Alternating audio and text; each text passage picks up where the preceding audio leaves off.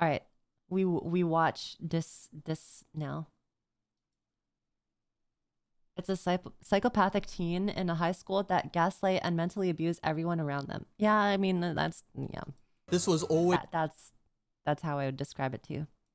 Is going to come up at some point, and I've always wrestled with how to approach the subject of sexualization in video games because I know I don't have the popular opinion here. Like, I know I'm not going to get an award for saying what I'm about to say. Think deep down, everyone knows it.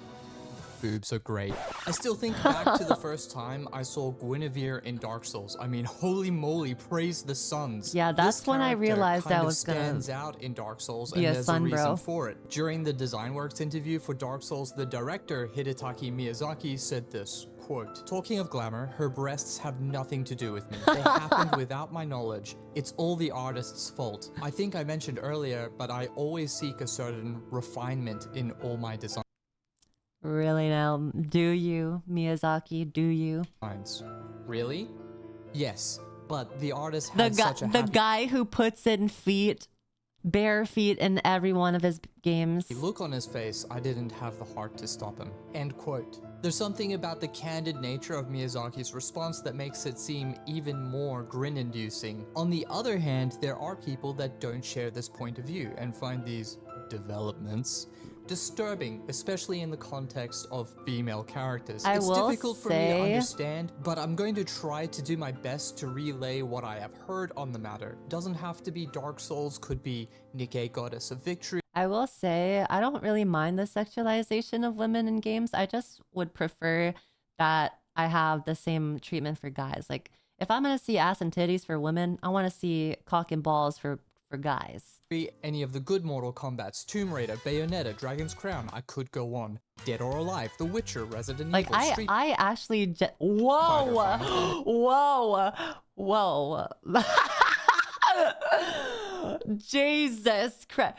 Holy, I actually like when a woman is hot and sexy. Like, I actually like when games have hot, sexy women.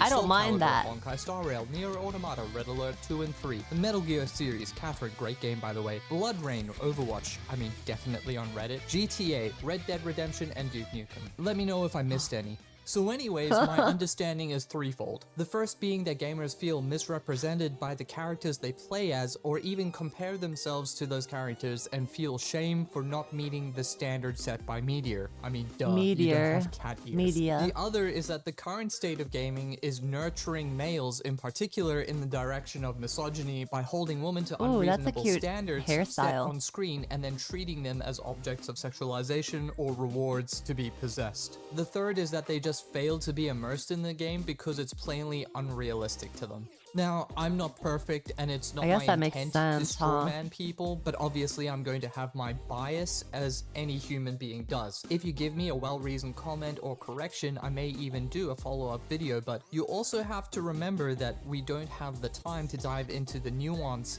of every perspective within the bucket of for and against in every scenario. For example, some of you might be fine with Bayonetta because her sexuality I love Bayonetta. Also, isn't Bayonetta made by women? Aren't the developers women? Rationalized in a... And also the people that play Bayonetta is mostly women and gay guys. Like, I don't think I've really seen or heard a straight man talk about, yeah, Bayonetta's my favorite game, bro.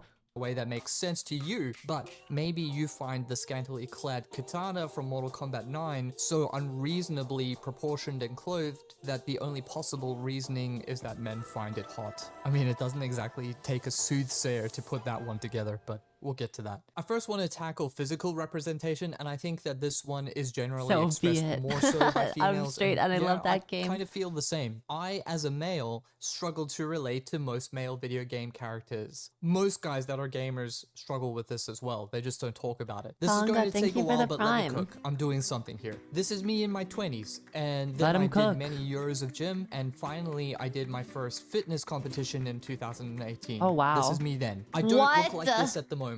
The reality is that maintaining a What? low body fat physique is That is crazy. The freaking difference. really hard work, especially if you're trying to hold on to your muscle mass and you aren't using What steroids. the Now, frick? even if I did jump on gear, there isn't any guarantee that I would blow up. I mean, I'd get bigger and my jawline impressive, would though. widen, but the thing that most people don't know about steroids is exactly how prevalent it is. And it's not just bodybuilding. I still talk to people that didn't know that Arnold Schwarzenegger was openly on gear and everyone competing in Mr. Olympia when he was competing was also on gear. In reality, Is steroids banned from competitions though? I feel like that's kind of cheating. if you look like you belong on stage and you're very close to 90 kilograms as a man in the world of bodybuilding, then I have my doubts. Though I am being very loose here, there are some very average looking banned? steroid Oh. users that don't have the genetic talent or It is know-how to illegal. be Oh. exceedingly impressive. Or they could seem unimpressive because, well, they've got quite a bit of fat on them. A lot of them are purposely trying to keep Well, these things thank you under for the wraps subby, for thank obvious you. reasons. It's a topic that is surrounded by a lot of taboo and nonsense that gets in the way of clear consensus. Now, what makes this even more sinister is that our current day and age makes it very easy to take advantage of people that don't know this. There are tons of influencers and movie stars that have been on gear and then claim that they wow. aren't, or even worse, they are selling fitness programs while claiming that their physique is obtainable. And yeah, a better Wow. physique is obtainable, but maybe not that particular. Hi, the Olympia pro bodybuilders all take roids, like no doubt. Yeah, I feel like I feel like it should be totally not acceptable, right? Like, isn't that like just isn't that like I feel like that's so bad. Also, my sister's ex, he used to be on roids, and he had like pointy nipples, like strangely pointy nipples from it. Like it was like cylindrical.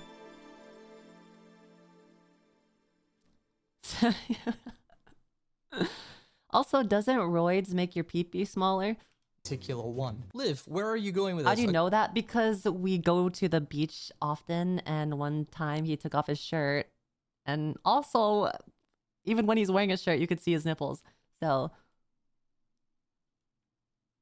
bro got gyno. Yeah, Okay, I'm he getting got like there. long The point nipples. is that the collective majority opinion on what a peak natural male looks like is unrealistic. It's just not on the cards for a lot of men, not without drugs. This is Eugene Sandow, considered the father of bodybuilding, but also he lived before steroids, so you can trust that Wow. he's 100% a real man. Now, you could make reasonable Jesus. arguments that more people are in the gym now, so there's a greater genetic pool in the sport and therefore more impressive physiques. And you could reasonably say that sports science has improved to make bodybuilding more efficient, and this is true. Something to consider, but I don't think it's astronomically different. To give you an idea, the winner of the WNBF Bodybuilding Federation, which is one of the few that does random drug tests, so, you know, you can still cheat, but it's better to be charitable, you know? Anyways, the winner in 2023 is Bada Lakan, and he weighs in Holy at 86 shit. kilograms, or 190 pounds on stage.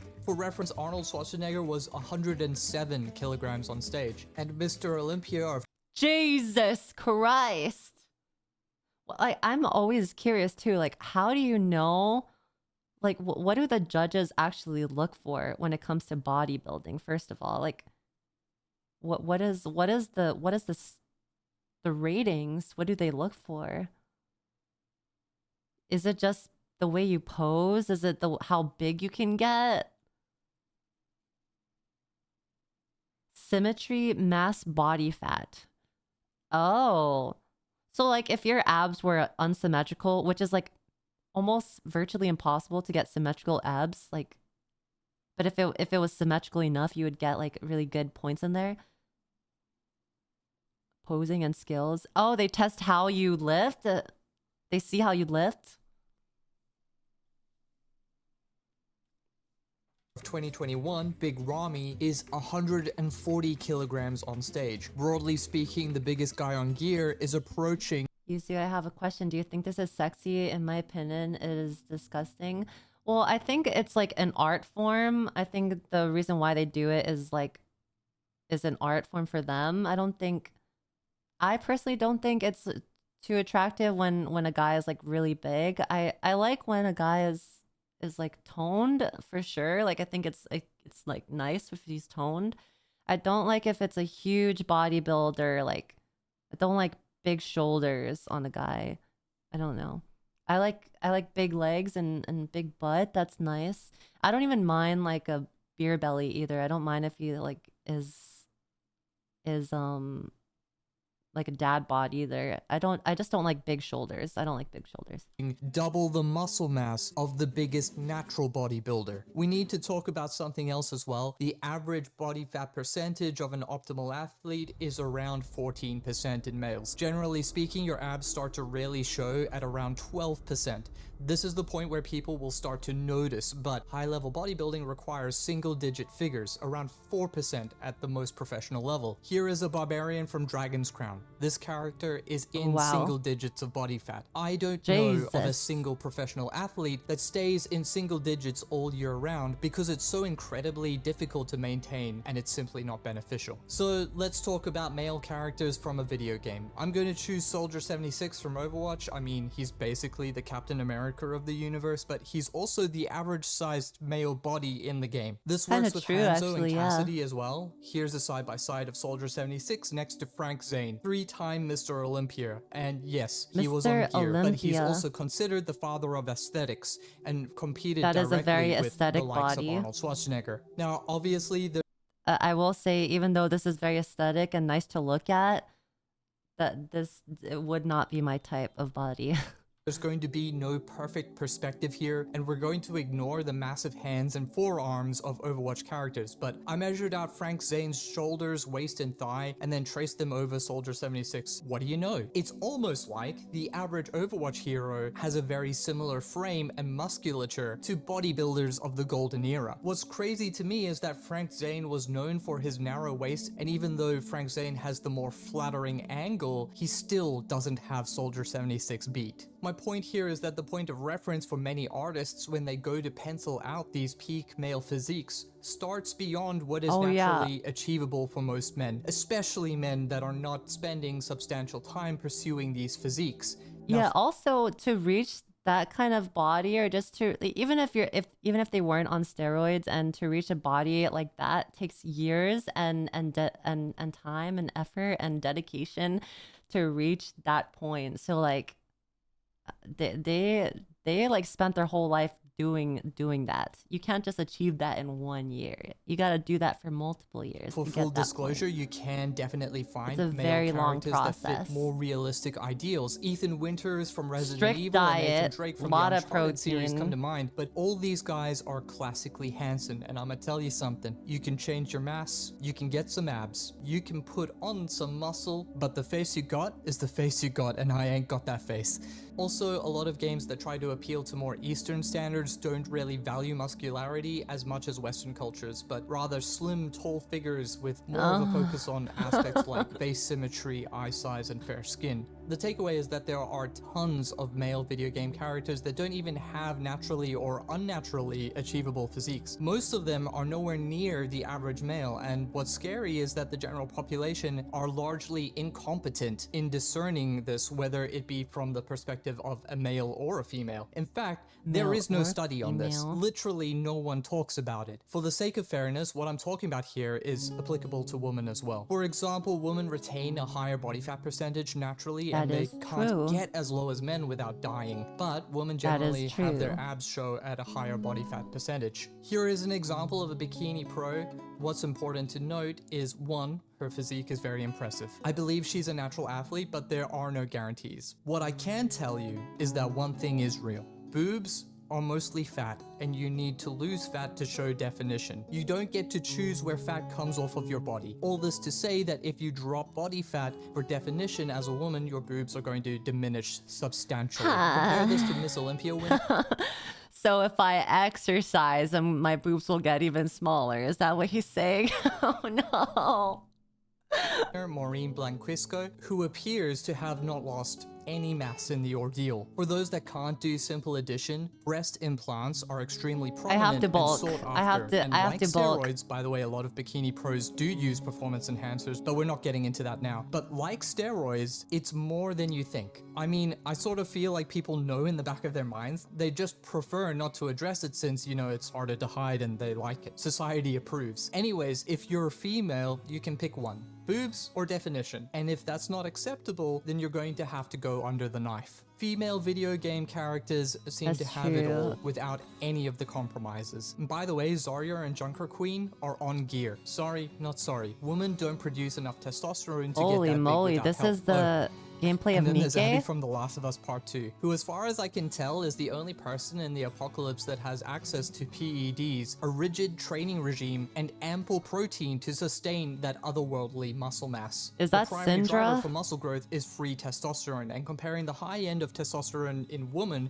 versus the low end in men is 11.6%. Women have 11.6% of what men have in terms of potential for muscle growth if we're being charitable. Now don't get that number twisted, it's not 11% of muscle mass, but 11% of the hormone that is the driver for muscle growth. Oh, she's pretty. Is No she one the girl cares, from Liv. Fatal Women that Frame? lift are kind of gross. This is also Maureen Blanquisco, by the way. I think a lot of people make snap judgments about what people look like on stage. You train for years and years and you work toward a single season of being lean and then you fall back to a sustainable body fat percentage. I think one of the most harmful perceptions that females have adopted for themselves is that the pursuit of becoming physically stronger will make them unattractive. I cannot find a single scenario where it hasn't made a female more attractive and more capable. Well, the thing is, when I was in gymnastics, I know I say this all the time, but I was pretty muscly when I was in gymnastics and I was kind of bullied for it. So people were not nice when I was muscly, which is why I quit gymnastics and started doing track instead. By both boys and girls. Both boys, both girls said I looked too much like a boy. Outside of the use of performance-enhancing drugs. Like I said, these extremes are unsustainable, but it ties nicely into wrapping up this detour. Real life is full of bodies that are not sustainable, or even achievable for the average person, male or female. Video games and other mediums take these unachievable shapes even further from our reach. But I do think that there is a fundamental difference between how different people see this. I kind of see it as the space between Good perfection Lord! and reality. Holy... This is Dragon's Crown, isn't it? Jesus Christ. Two lines that you can influence and Oh draw close, my but gosh. you never can align. My thought, and I think a lot of people share this, is that if you don't have a sample of perfection to aim for, you never draw close to it. That's why a lot of guys admire Arnold Schwarzenegger's achievements and try to emulate him, even if they know they can't do it without drugs. Even though they choose to stay natural, they It's like a still want motivator. that inspiration to look up to. yeah. I'll never be as muscular or as handsome or as skilled as the male characters Always I good play to have as in video motivation. games. I can't be, but it's still beneficial to know that I could look more like that. I can become more handsome if I work at it, and I can be more skilled if I apply myself, and there's a fundamental good in having that carrot dangled if you see it for what it is. I think it's also fine to be inspired and just do nothing with it. Like, I can play God of War 3 and not go to the gym afterwards. I don't need to be Kratos light, but it's nice to dream for. I feel like if you wanted to take steroids, like I just feel like there's way too many cons to taking it than the benefit of taking it. And plus, like, if you weren't as motivated or if you weren't doing great with your routine, then you wouldn't be using it effectively anyways. And then you're just left with being irritable and angry and a small pee-pee and pointy nipples. for a moment. Now, on the other hand, maybe you're in the camp that sees these characters and people as these impossible standards that you need to meet to be approved of by society. And my first question is this: who told you that? You want to know my second question? Why did you listen to them? What scares me the most is that there are some that carry this perspective like a backpack of bricks, and they want everyone else to stop and fill their backpacks with bricks too. And if you're wondering why Oh my god, I need to play Nikke. they What want the everyone hell? else to stop and fill their backpacks with bricks too. Jesus. And if you're wondering why people, and I mean people very deliberately here, male, female, whatever, if you're wondering why people won't take on your perspective, it's because it's harmful to them. You're the one that is peddling a dangerous ideal. Video game characters are not an accurate reflection of us. Not in the physical sense. Not by a long shot. Instead, they are far more a reflection of an ideal of beauty meant to please, entertain, and provoke inspiration. They have never been a finish line to cross. You're not supposed to get to the point that you look like Lara Croft and then think to yourself, ah yes, I can finally be loved and accepted. But, and there is a but, female characters are more often sexualized than male characters. So I can understand that if you're a female, maybe you don't feel comfortable with Kasumi's massive knockers knocking around on screen. Oh, I don't mind that. Revealing clothing. You don't see the art. It's not pleasing. In fact, maybe it's just kind of gross to you, which again Lord is Coomer, difficult for me to grasp, but I'm trying here. You might also feel like female silhouettes aren't as varied as male silhouettes in video games, and guys, I'd it's say so that I uncomfortable. broadly agree with that assessment. But if you'd ask me if it's more socially acceptable to alter the appearance of men for comedic value, I'd also agree. So we find ourselves at an impasse here. Majority-wise, males like sexualization of female video game characters a lot. It's easier, it's definitely way easier to sell sex to a guy than a woman. Always. You can still sell sex to a woman, but guys consume it much more easily. And not in every scenario. Yeah, women do like sex for sure. It's just harder to sell it to them. Like it a lot. I'm not going to lie. Females don't tend to like it as much, but sometimes they do. Let's address the elephant in the room. Are most video games marketed towards males? Yes. Even though the most current survey I can find in 2023 showed 46% of gamers in the US are female, I'd say at a glance that most games cater to male tastes. When I say that though, I don't mean it in the exclusive sense. For example, any idea why it's harder to sell sex to women? I don't really have like a logical explanation. If I had to guess if there was any reason to it, I think it has to do with hormones for sure. I think that's definitely a factor.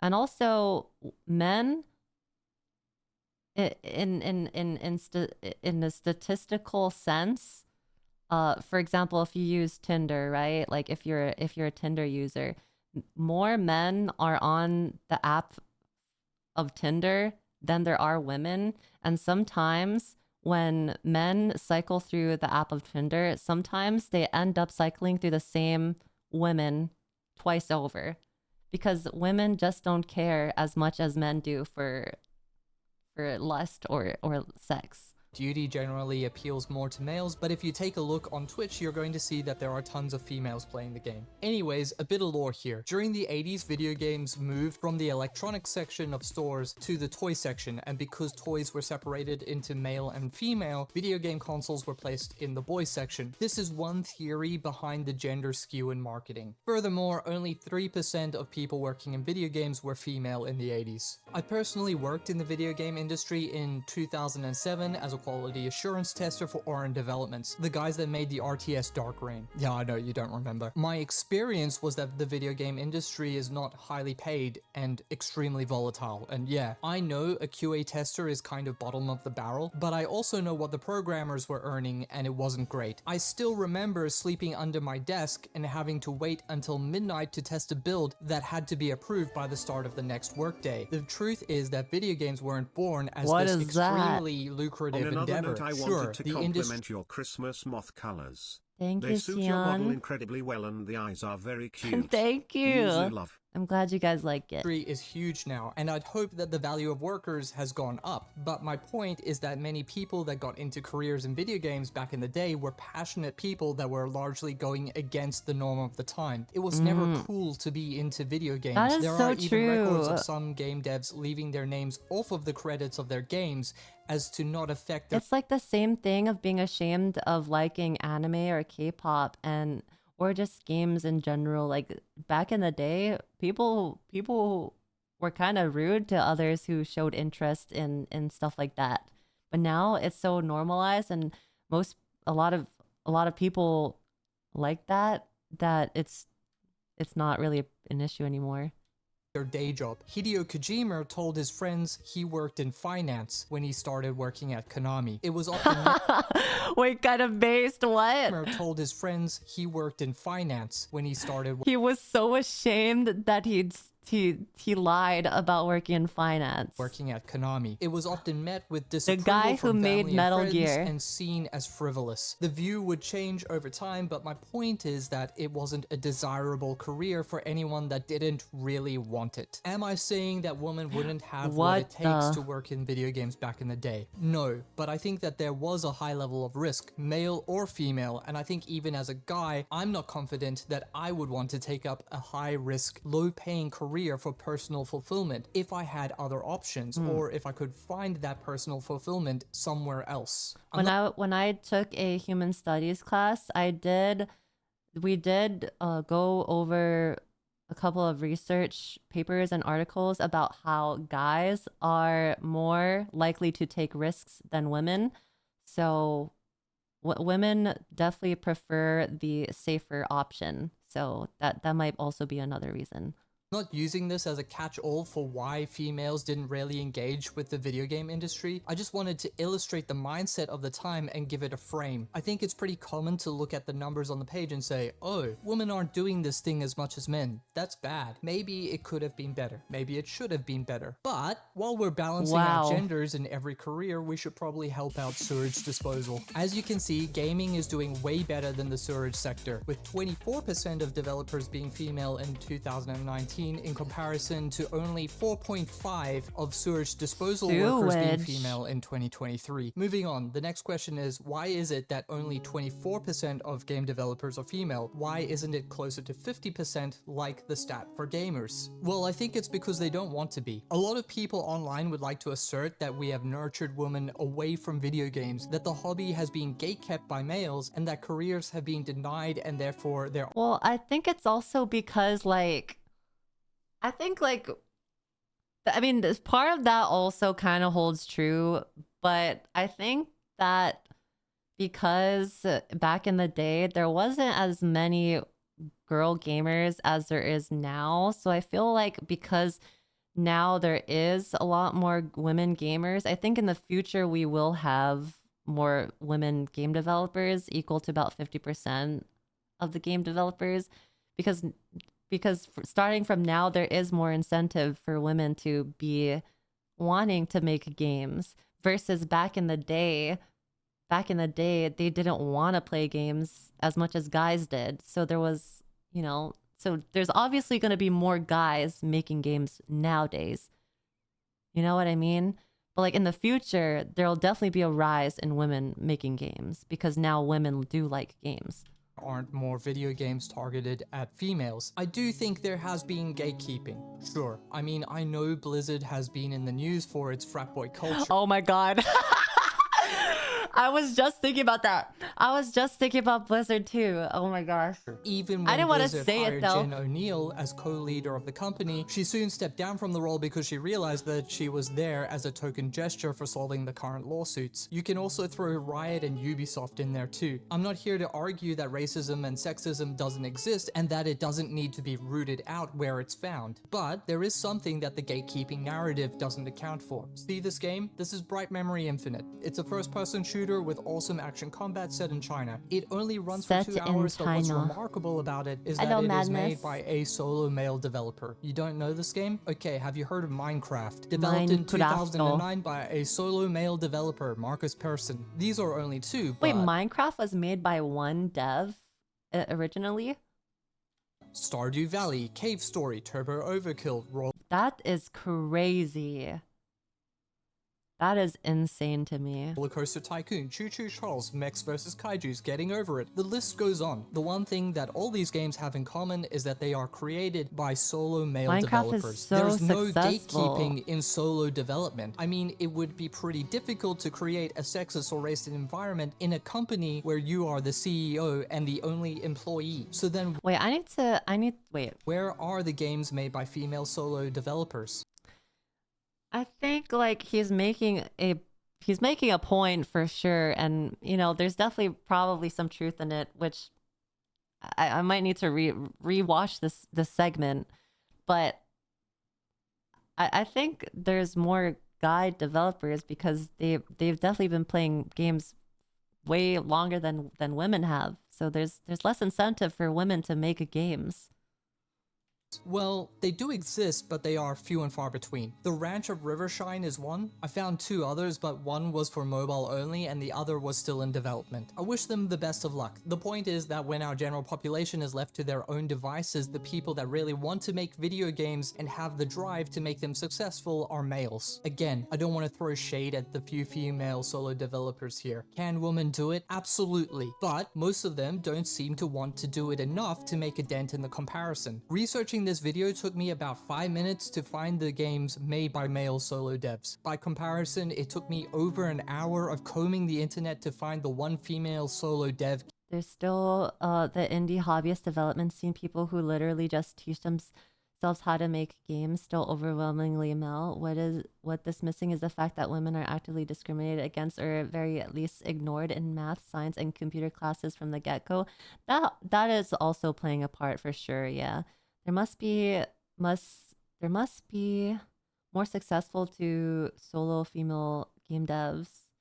I'm pretty sure there's actually a really popular game out there that is still running and is getting a new I might be wrong on this. I don't know if I'm spreading misinformation, but I'm pretty sure that Warframe also is made by a female dev team. I don't know if I'm correct on that, but I think from what I remember, I think Warframe is also a female dev team, which is also successful, by the way. Game in r/gamer girls. Now, I don't really have any theories here. I'm not a psychologist. I'm certainly not tinfoil hat enough to assert that women Reb is now the main dev. Oh, I see. Brainwashed into thinking that solo dev games are only for men. So I have nothing to offer here other than I think women are less attracted to video game development than men, even on their own terms. Some people will only be happy once the number of female devs is 50% or greater in their favor, because they believe that finally video games will heal. They will finally reflect the quote-unquote right ideals. It will finally be your turn, right? I'm not so sure about that. You might recall this is just a detour. We're here to talk about why games tend to cater more toward male tastes when it comes to sexualization. So yeah, more men making games is definitely a part of it, but, and this is an important but, men are simply easier to please. I mean, it's literally as easy as removing some of the armor or showing more skin. Going back to Bright Memory Infinite, look how easy it is to get money from us. If this didn't work, it wouldn't be here. Not convinced?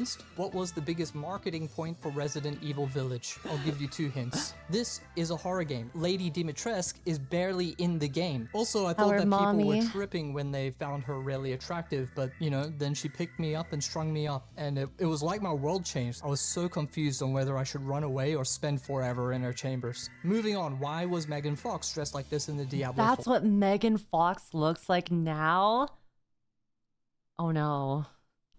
We gotta we gotta start freaking castrating plastic surgeons. Or marketing. Every GTA game has a female in suggestive poses on the cover art from Vice City onwards. Here's some DLC for Dead or Alive 6. So yeah, sex sells, but it's way easier to sell sex to males. Literally edit some art assets, change some poses, get a voice actor to make a suggestive line or two, and it will pay dividends. Sometimes this can backfire, but I think it largely works if you don't go too far with it. And yeah, it's not necessary, but it's free money if the shoe fits, or if you can make it fit. Comparatively, how do you attract females to a product using sex? Like, this is a genuine question. Do you add genitals and give them physics so they move around under the clothes of male characters? Yes. Yes, I want to see that thing, bro. Do you take characters' shirts off? Do you make them wear turtleneck sweaters? If it was for my wife, I might be in the minority though. I think generally, I think women are more attached to the guy as a character, as like their personality and their voice. But like guys, this is generalizing, of course, but guys typically like when a girl in a game is like looks very pretty, very, you know, maybe voluptuous, maybe big butt, maybe big boobs. That's a generalized statement, but I think it holds true for a lot of male gamers out there. But like for female gamers, a lot of them like the personality, the voice, the style of clothing. wife, I dress the character like that. But for me, I don't know. I think I don't mind the sexualization. maybe because I'm just lewd. I don't know. From a K-drama, and I'd make them do chores around the house without being asked. But I'd leave one dirty plate on the table, and then when the girl goes to pick it up, he quickly grabs her hand and pulls her in. And wait, what? From a K-drama, and I'd make them wear turtlenecks. The clothes of male characters? Do you take characters' shirts off? Do you make them wear turtleneck sweaters? If it was for my wife, I'd dress the character like they're from a K-drama, and I'd make them do chores around the house without being asked. But I'd leave one dirty plate on the table, and then when the girl goes to pick it up, he quickly grabs her hand and pulls her in, and piano music starts to swell. He smiles and looks into her eyes for exactly 3.5 seconds before saying, "I'll take care of it. Spend more money online, please." What? Like, I know this would be interesting to my wife, but what about my neighbor? What about my female work colleagues? How many women would this work for? And how long do these interactions need to go for? How much money would I have to spend to put this in a video game that has nothing to do with romantic dramas? For example, Dead or Alive is a fighting game, two people beating each other up. But you can make it sexual for males very easily. What is the cost of doing the same for females, and how much will it eat into the core design and game pacing? I'd actually love to see it done. Imagine a Boys Over Flowers fighting game. So yeah, my point is that if I was thinking about game development in terms of cost of both money and time, I think it's just far easier to use sex to sell to males and try to strike a balance where it doesn't hurt. I mean, there's a chance that if I make it hypersexual, I can get even more money, even if I get less sales, thanks to DLC and whale culture. I think that at the end of the day, women's tastes are far more, let's say, complex and individually specific. I mean, they aren't totally specific, but I think that they are more specific than it is for the average male. And hey, that's not a bad thing, but it's an expensive, high-risk decision that makes it unattractive for most businesses that are trying to make a video game. This sounds like a lot of opinion, but here's where I'm coming from. In 2013, a study was carried out where they showed 4 wristwatch advertisements to both women and men. These advertisements had various levels of sexual content and prices attached to the wristwatches. To summarize, women found the ads with sexualization distasteful, but were slightly more accepting if the price of the watch was higher. Men's reactions were more accepting of sexual content, and the price of the watch had no bearing on their reaction. Men know what they want. I'm gonna quote this part here as it relates to what we're talking about. To quote, "In order to appeal to women, marketers using sexual images in their ads should therefore display sex in the broader context of committed relationship, rather than promoting recreational sex," according to authors of the study. They linked the findings back to the sexual economics psychology theory, which infers men see sex as an end in itself, while women link sex to a relationship commitment. The ad could, for example, position the product itself as a signal of commitment, such as a romantic gift from the man to a woman, although there was no improvement in attitude if the gift was offered by a woman to a man, or show the idea of intimacy or a relationship prior to any sexual image being shown. End quote. Now, I said that most businesses don't want to dabble in trying to use sexualization to sell video games to females, but I never said it doesn't exist. Dante from Devil May Cry 3 Oh might be my. the best example of an attempt to sexualize a male character Oh my in a way that goodness. is more appealing to females. Also, there is a whole video game genre. Otome or maiden games are video games that usually take the format of a visual novel where Yeah, but I don't care about otome games. Like, I want hack and slash with a guy in a speedo or something. you are trying to romance one or more male characters. These mostly play out in the same way most romances play out in written form. I think a lot of people will not strictly call these video games, but hey, that's for you to decide on an individual level. While Hack the and male characters in slashing. these games are not usually sexualized, they do exist for the sole purpose of romance for women. This is as close as we get to men as rewards. I'll caveat here to say that RPG games that allow you to make your own character and allow you to create relationships and romances tend to be the best middle ground. A good recent example of this may be Baldur's Gate 3, Baldur's but there Gate. are many others. The key ingredient is that the more relationship building there is, the more likely it is to appeal to females in a sexual manner. Anyways, we've established that more males are in the game development industry than The females, and I BG3 think I've suite. established my point that it's easier to target men's wallets with sexualization. I think this is enough to explain why there are more sexualized female characters, but we haven't yet talked about concern number 2. The concern that this sexualization nurtures men my toward mommy. misogyny and incentivizes men to hold women to an unreasonable standard as sexual objects. At this point, we need to take a step back because there is a difference between sexualization and sexual objectification, and we should I think the difference though is like the in the game it's like all fantasy and not real. So the problem is if the guy is media literate. Are they literate in media? Do they understand that the game is all fake and should not be something that you consider for real life altercations or experiences? I don't know if, I mean, it could be a problem. It could be a problem with like games objectifying women and ending up ruining a man's image of a woman, but I think the real issue is how literate they are. probably talk about women as rewards. An often quoted example of a female video game character that is sexualized but not objectified is Bayonetta. Even though Bayonetta is full of innuendo, sass, and, well, female nudity, she isn't considered as an objectified character. For starters, the designer Marie Shimazaki is a female. Actually, kind of a She's stupid just point naked. For starters, the designer She took off all of her hair on her Marie body. Shimazaki is a female. Actually, kind of a stupid point now that I think about it. Moving on, the argument is that Bayonetta's sexuality as a character is intrinsic to her confident personality and explained to a satisfactory level by the lore of the game. For example, Bayonetta's outfit is actually her hair, and all scenes where she is naked, she is using her hair to summon a demon, and her hair so is literally cunty. the It's mask so of good. the demon. Further arguments are that her sexual displays aren't for the benefit of any male characters in the game, and that her sexuality is self-serving, powerful, and somewhat mysterious. By contrast, let's look at Bayonetta. Rappy from Nikkei Goddess. I can agree with that. I think Bayonetta is in her own league, and I think it's not for the sexualization of anyone, really. I think it's just she's like that.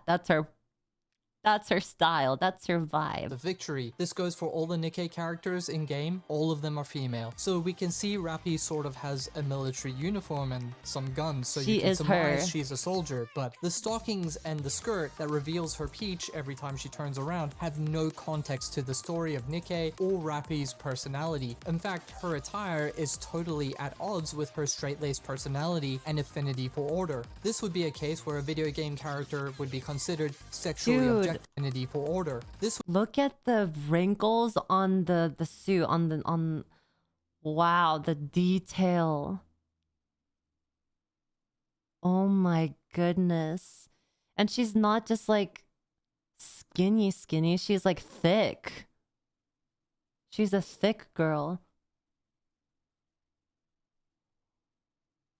This would be a case where a video game character would be considered sexually objectified. She is presented the way she is, not because of the story, setting, her personality, or character, but because her sexuality is a reward for the player. She is an object to be enjoyed. As you earn or buy currency in Nikkei, you then use that currency to have the chance to own one of these sexy characters. In Nikkei, you are their commander. All of the Nikkei like you and display some level of romantic interest in you. They basically adore you. These characters are the reward for playing the game, therefore women as rewards. The idea is that video games teach males through gameplay to see women as objects, because there are women as objects in video games and there are women as rewards in video games. These males will then go out and emulate this objectification and reward expectancy on real women. You know, misogyny. In 2022, a meta-analysis was conducted on 18 studies. This meta-analysis was titled, "Does Sexualization in Video Games Cause Harm in Players? A Meta-Analytic Examination." Meta-analysis basically compiles and compares multiple studies in search for correlating data to draw a wider insight on an issue. Here is the abstract of the study, to quote, "Whether video games with sexualized content do or do not relate to mental health and body image problems in players and or sexualization and hostility towards women is an issue of broad public interest. However, evidence from empirical studies has generally been mixed. To examine this issue, we explored the degree to which sexualization in games was related to both well-being, body dissatisfaction, and sexism, misogyny among players in two." I will say though, even though I know that women's bodies in games is not real and not a real standard, as a kid, knowing that all these women have nice, perfect bodies, it did have an effect on my mental that way, because I didn't know how to separate fact from fiction back when I was a child. But now that I'm older and more educated, I know that it's not real standard. Hear me out for a second and I can fix this problem. Learn to separate online from reality. If you can't, you need to legit seek mental health help. So maybe another issue is whether or not like youngsters are consuming this type of content. Separate meta-analyses. Results revealed that sexualization in games was neither related to well-being, body dissatisfaction, or sexism, misogyny. Better design studies and those that showed less evidence for researcher expectancy effects tended to find less evidence for effects. As appears commonly in other realms of media effects, the evidence is weak that sexualized games influence player attitudes and behavior. End quote. What's interesting here is not only does sexualization not have a measurable effect on body image or sexism, but it actually exposes that we've been lied to. If you didn't catch it, studies that showed less evidence for expectancy effects tended to find less evidence for effects. This is scientist for studies that had an agenda made up evidence for their agenda. Or if you like, my personal twist, if the research came out of movements like body positivity or feminism, they were bullshit. I have some thoughts on this, one being that people that think that Bayonetta is not a sexually objectified character are leaving out a major variable, and that is you as the player. Ultimately, the sexuality of Bayonetta is for the player, male or female, to be enjoyed and admired. The mental gymnastics people go through to characterize it as wholesome. It's just like a strong sexual woman. She's Timothy, but woman. Comparison to other forms of sexualization is baffling. All these people are really doing is bullshitting themselves, because the idea that a female designer could sexualize a character in a way that is sexually objectifying is incongruent with their belief system that relies on the idea that all women are equally repulsed and afraid of how men view women in video games. Oh, you're a female designer? Well, I guess it's empowering now. The God of War 3... If I were a female dev on a AAA game, I would be making the sexiest women and men. Sex minigame with Aphrodite was also designed by females. You know, the one that hypersexualizes the woman in the scene, where they beg you to pleasure them and then praise and reward you for your outstanding skill. Is this one empowering now, or were the women that made it confused, brainwashed, or evil? I have so many questions. But let's get back to Bayonetta. Don't get me wrong, I can tell the difference. Like, yes, it's all explained. It's her character, yada yada yada, but I don't care. I can still undress her like a Barbie doll. You see what I'm getting at here? The other is that all video game characters are ultimately objects. These are not real people. Oh god, that was so good. That was such a good execute. All video game characters are ultimately objects. These are not real people. You can't go up to Tifa and tell her that you had dirty thoughts about her cleavage. Cammy doesn't know that I lost the match because I was distracted by her ass. Even if I scream it at the top of my lungs. This is so obvious it hurts. Most people know that video games are a work of fiction and that there is a distinct difference between what happens in a video game and the social expectations of real life. How many studies are there that prove that you can shoot everyone in the street in GTA and turn off your PC and walk an old lady across the road without having a single murderous thought? Does it not then stand to reason that you can sexually objectify a fictional character and then not project that fantasy into your day-to-day life?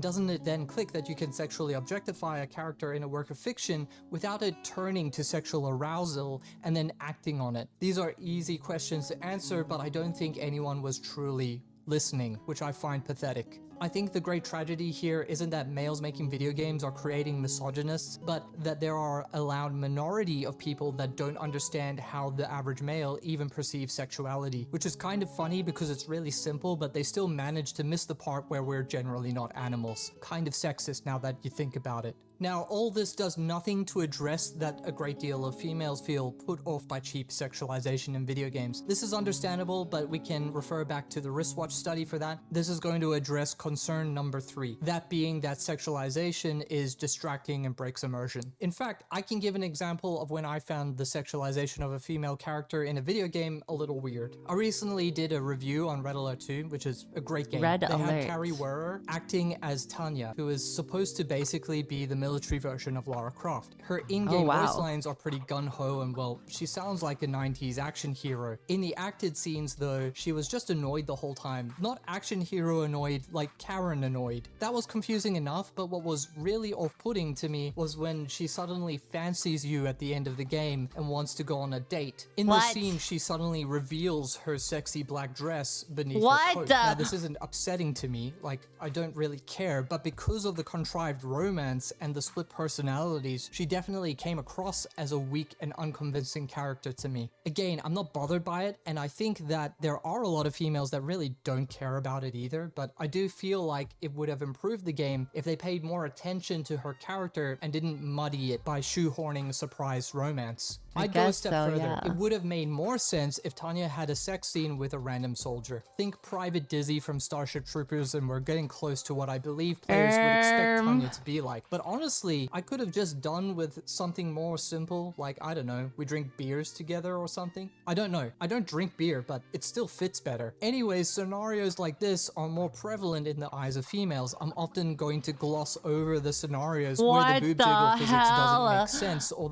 oh, this is made by the same people probably that made Dark Siren, huh? Gloss over the scenario. Is this Game of the Year?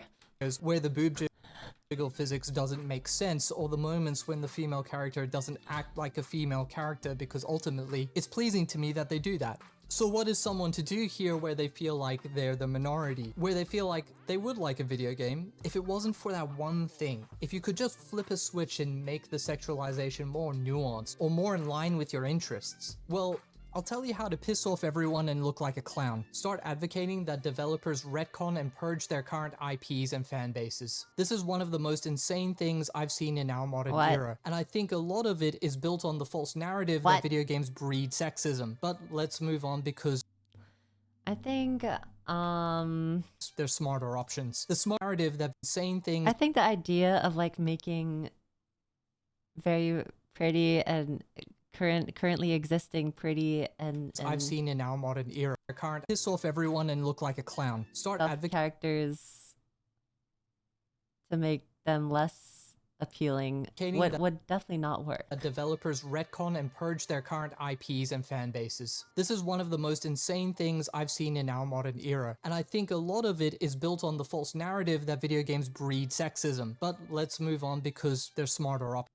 options. The smarter option is to advocate for new games and IPs you want to see. This does still get backlash at times from real misogynists, because again, they do exist. Chubby girls and are there pretty. That's not what I was trying to say. I was just trying to say that current existing characters, like for example, Widowmaker, right?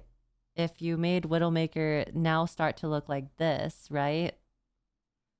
You start to compare and you see that it's obviously less appealing when you can see,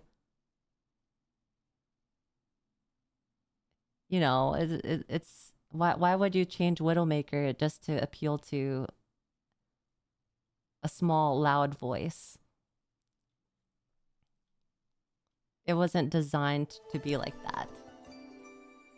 video games breed sexism, but let's move on because there's smarter TBH, options. The it'd be smarter like option putting a is to pair on advocate for shorts on new games and Michelangelo's IPs you want statue to of see. David. This does It's still get considered art, backlash at right? times from To be honest, I'd be like putting a pair of shorts on Michelangelo's statue of David.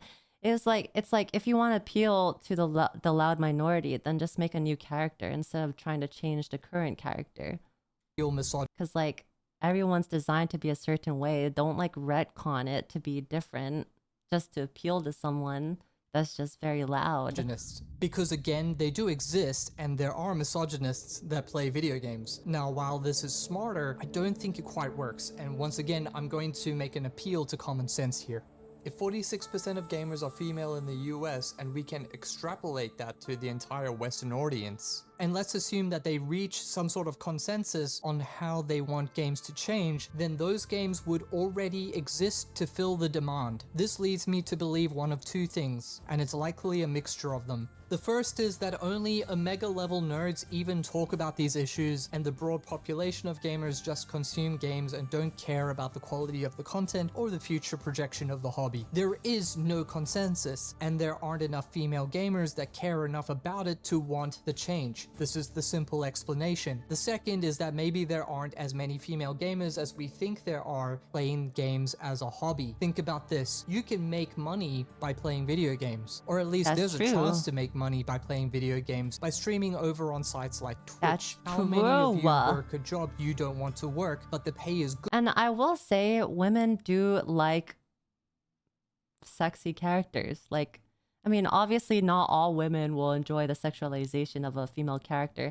Me personally, if it's just a character that's sexual just because it's for the male gaze, then obviously I'll get irritated. But if it's a strong, independent, like female character that can hold her own, that is sexual, I don't mind her being sexual. Like if she's just some damsel in distress and she's just being sexy just to be sexy, so that she could be a reward later on for a guy to get her in the end, like then it's just a little weird, you know. But if it's a person that I could play and she's sexy and hot,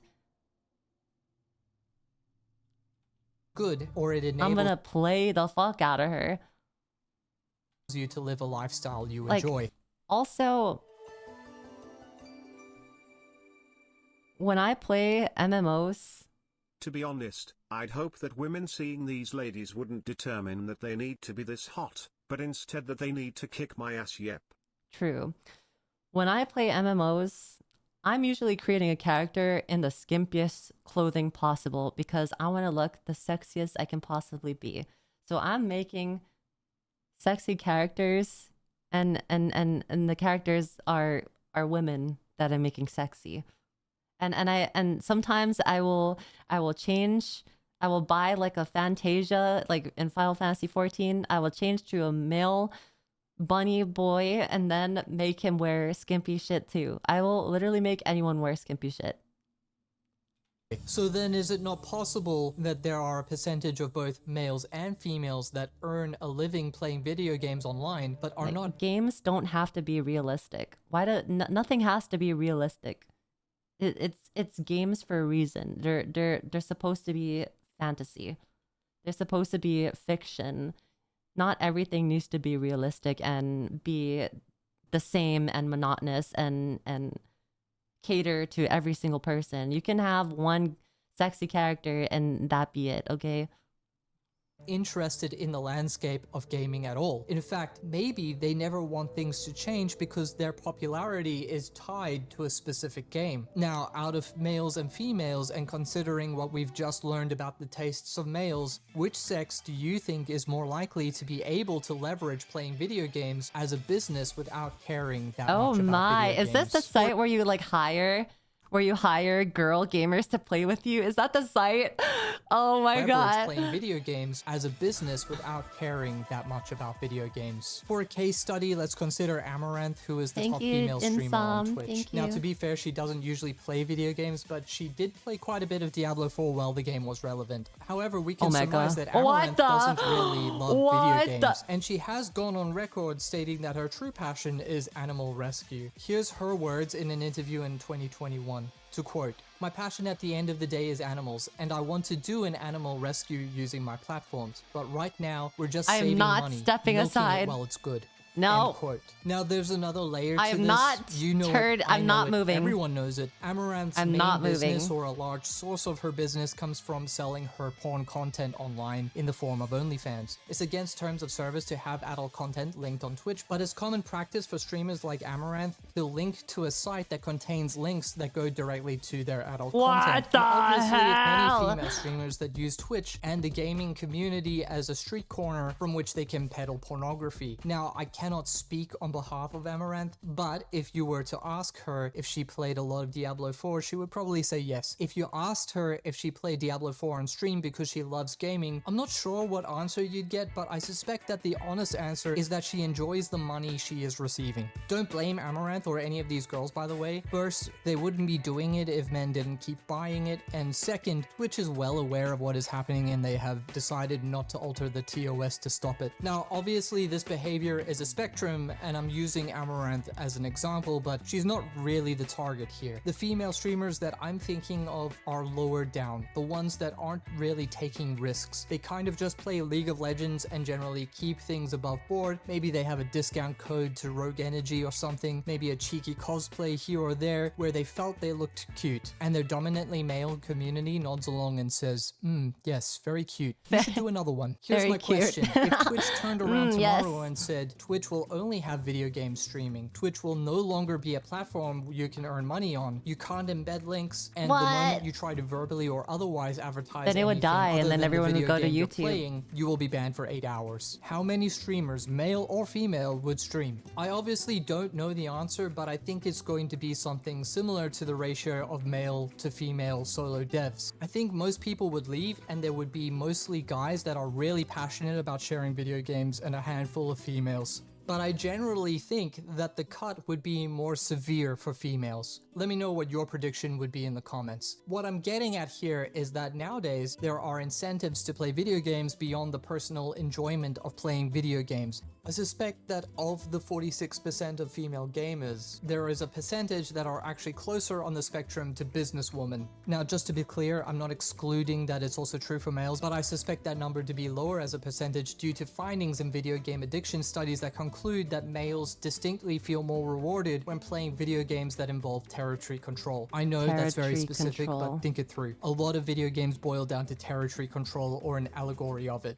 So appropriating established IPs is gross, and maybe females don't exactly have the voice they think they do. The best way, the very best way to see the world of video games you want to see is to put your head down, make the game you want to see, and get in there with everyone else. This is how video games started, and this is how new ideas are being created, and these ideas shape the future of gaming. Dota was a Warcraft mod. Now it's an entire genre and the most successful esport genre on PC. PUBG was a mod that impacted all gaming and spawned the battle royale genre. Oh What's yeah, I interesting- remember when I wasn't a streamer and PUBG used to be like the top game that everyone was streaming, and it was always on the top category, and now it's just kind of fell off.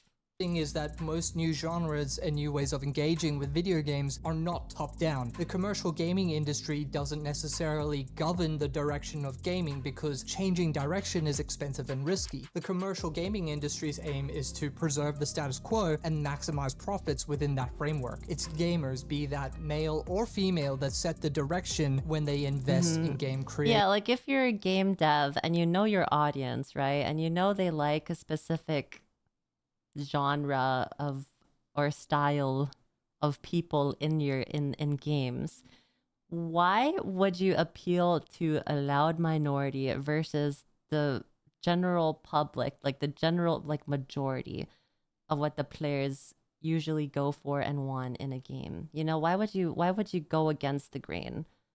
It just makes more sense profit wise to do that. What has been true since the dawn of time and will be true until the... And to be fair, there are ugly characters. Just most of the ugly characters are men. Like some like there are men characters out there that are just there for comedy. Just they're just fat to be fat. You know, like and their whole personality is fat. You know, like if you take a look at League of Legends and you know that guy with the drinks and barrels, fucking Gragas, his whole thing is just to be fat. The sun dies is that great games will flourish. So make great games, and if they have sexualization, then do it your way and be the change. Like I mentioned before, solo development and modding. Gragas is hot. Well, yeah, he is attractive in his own way, but the problem is what I'm trying to get at is Gragas does not have a personality besides being fat. He literally fucking burps as one of his quotes. He just burps. Why can't you make a regular character burp? Like, just why can't you make MF burp? He just burps. Is an open playing field. There are no gates. Gamers have never had so much freedom to engage in shaping the world of gaming. Sadly, the stupid option is the easiest option, and people are kind of like a mixture of cats and water, so they're going to take the easiest path and screech the entire way down. But the old adage is still true. Anything that is really worth doing is hard work. All this to say, if you really want this change, the ball's in your court. There are already women out there working toward a more female inclusive future. I would love it if there were more games that were focused on the female perspective. I mean, I won't play them, but maybe my wife will.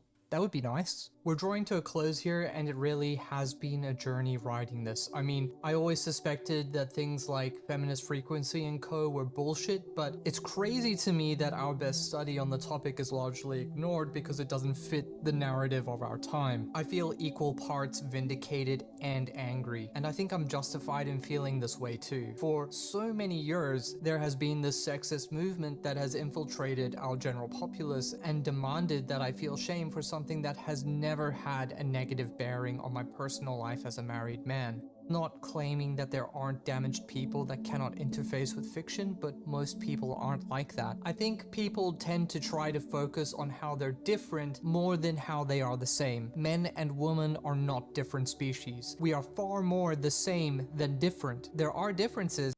Let's see. Someone said, honestly, as someone who has a little tummy, I'm more offended about the lazy, fat, and stupid stereotypes that men are typecasted into. And that's what I'm saying. Like, there's no like archetype or stereotype in game or characters, like women characters in games, to be the typical, not the typical, but the fat, lazy. All their personality is just being fat. There's like no woman character like that. It's always the guy character that ends up being like that. Even in Street Fighter, they have a fat character, just have a personality of being fat. It's like, and that's just an archetype of character for a guy in video game, any type of game, but they don't have that for women.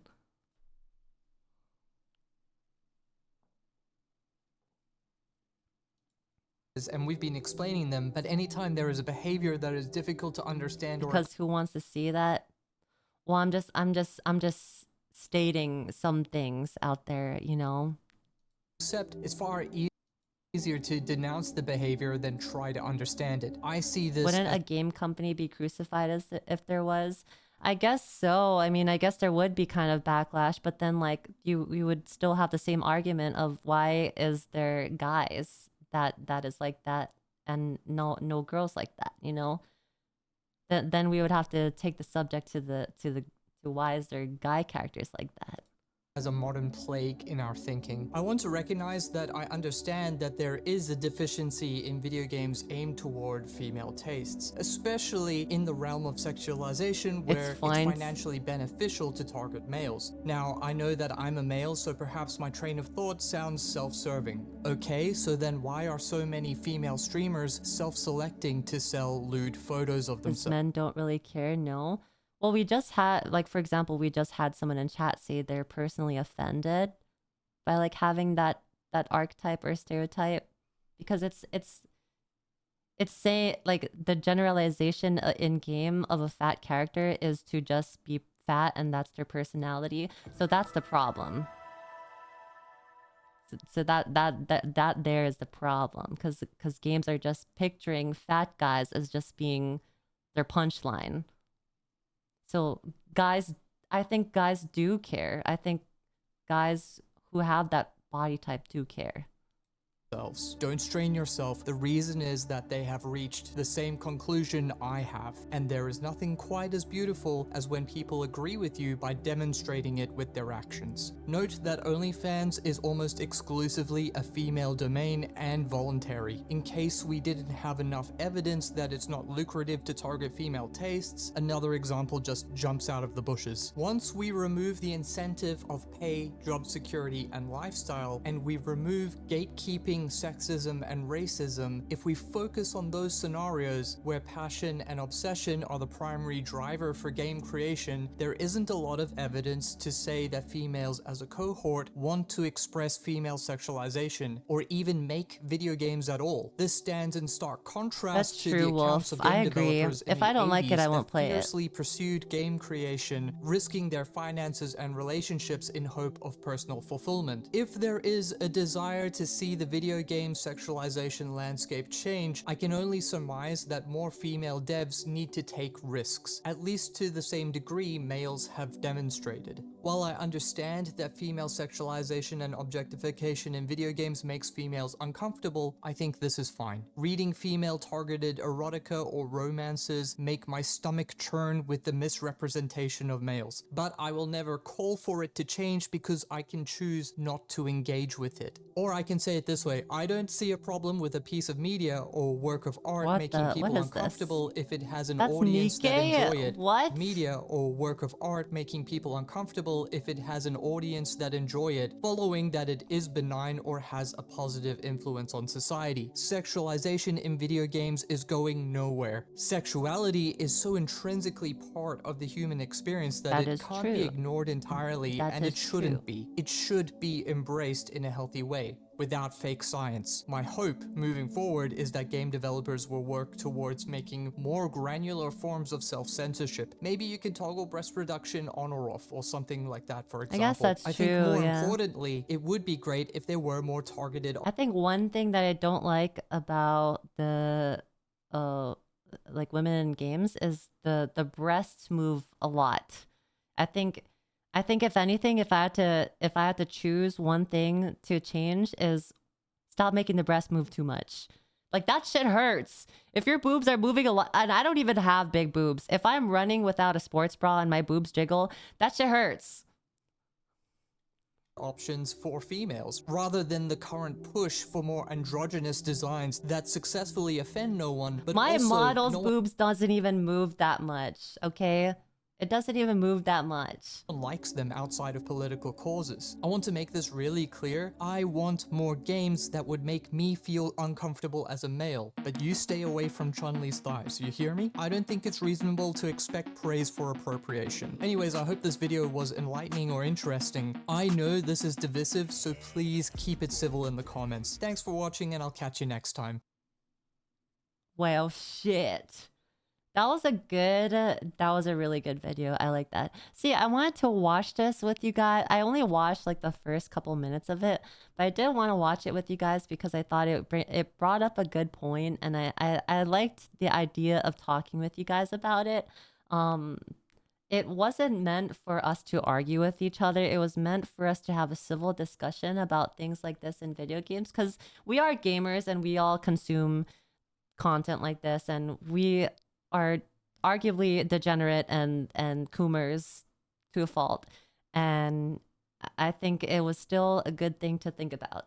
I think sometimes it's nice to have these thought provoking type of moments. I think it was nice. It was a very interesting video. Gusto kong namasin ng tayo mo Putangin na at kainin ito Ako si Gagamba Let's go, go, go. Wakinashita no nioi mo Ichiban daisuki da yo Sayasu ka ketiyak mo Oh my